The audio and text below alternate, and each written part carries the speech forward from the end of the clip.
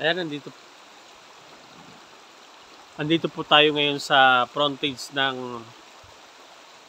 8 hektarya, 7 hektarya. Yan po yung pinaka-frontage niya. Pinapakita ko lang po sa inyo para makita nyo yung lugar. Ito po ay 2,000 kabuo na nyog ang naaani. Kaya sa mga interesado po dyan, tawagin nyo po ang Super Yayo TV para ma-assist po kayo sa pagkuha ng sangla dito sa Real Quezon. Ang inaani po nitong niyog ay 2,000 kabuo. Ayan, makikita nyo po sa likod ko. Papakita ko lang po. Ayan. Ito. Ayan, mga niyog. Ayan po. Ayan. Ayan, mga niyog niyan. Ngayon, akyatin po natin yung niyog. Puntahan po natin. Naglalakad po tayo dito sa pinaka-frontage niya. Napakasarap po dito maligo. Ayan. Ito po yung pinaka-boundaryhan niya. Yan po yung pinaka-boundaryhan niya. Ayan. Pinaka-boundary po yan ng 7 hektarya. Ayan, nandito po tayo sa pinaka-frontage ng ilog niya. Malabo. Siguro ko may palus dyan. Malabo tong area na to. Ayusin lang po natin. Ayan. Ayan, maraming salamat po sa mga nanonood ng aking YouTube channel. Andito po tayo sa kagubatan ng Real Quezon, Kailugan ng Real Quezon. Kinukunan po natin dito yung pinaka-frontage ng 7 hektarya. Hanapin natin ang daan. Akyat po tayo doon. Ayan. Kapag pumapasok po kayo sa mga ganitong mga madidilim at may mga puno, titingnan nyo po yung pinakataas niya. Ayan, pinakataas na yan. Ayan.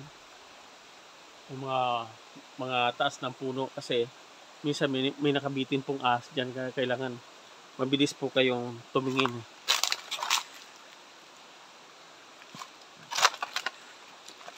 Ayan, akwatin na po tayo. Sana po tayo dadaan dito. Yung pinaka boundaryhan. Dito na tayo dumaan.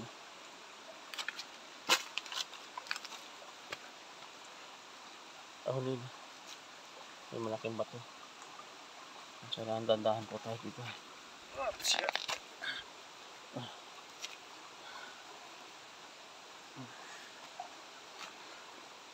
Kailangan po titingnan nyo po yung mga area. Hop. Kala ko patabasan po natin para makadaan tayo. Yun po yung pinanggalingan natin sa baba. Pinakailog niya.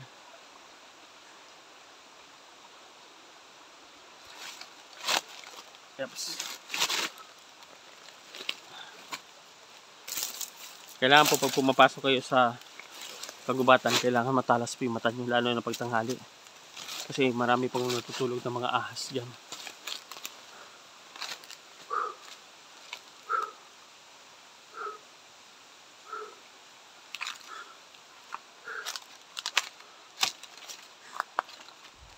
Napakaganda po ng bulaklak.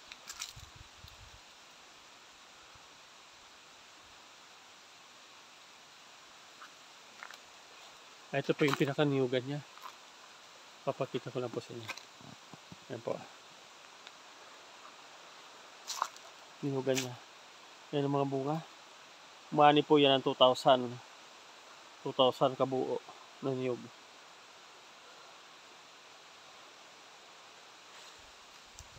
Ayan, punta po natin yung pinaka-boundary yan.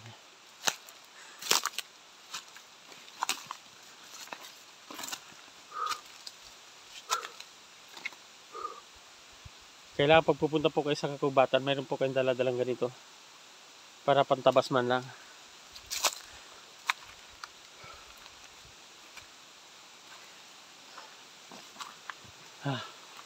Ayan po yung pinaka-boundary yan, may sariling sapa.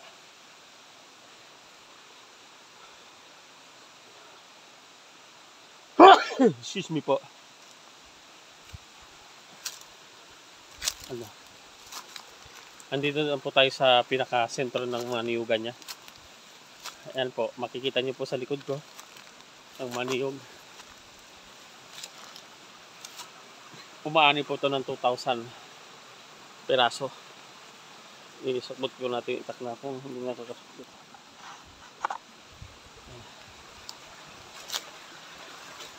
Ayan, makikita niyo po sa likod ko yung pinaka mga niyog niya.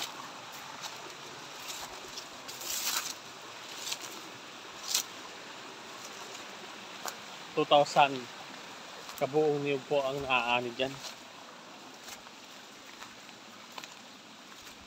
Kung saan yung daanan. Ayan. Andito na po tayo sa pinaka-boundaryhan niya. Ayan, makikita niyo po ang ang mga niyog sa likod ko. Yan po yung umaani ng 2,000 kabuo. Ayan, maraming salamat po. Ako po si Super Yayo TV na lagi nagpapasalamat sa lahat ng mga bumili sa akin ng property.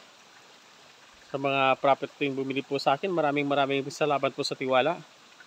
Ako po si Super Yayo TV. Gagawin ko po ang lahat para maayos lahat yung mga papel ng mga bibilhin nyo. Maraming salamat po. Kasama po yung mga ahente dyan.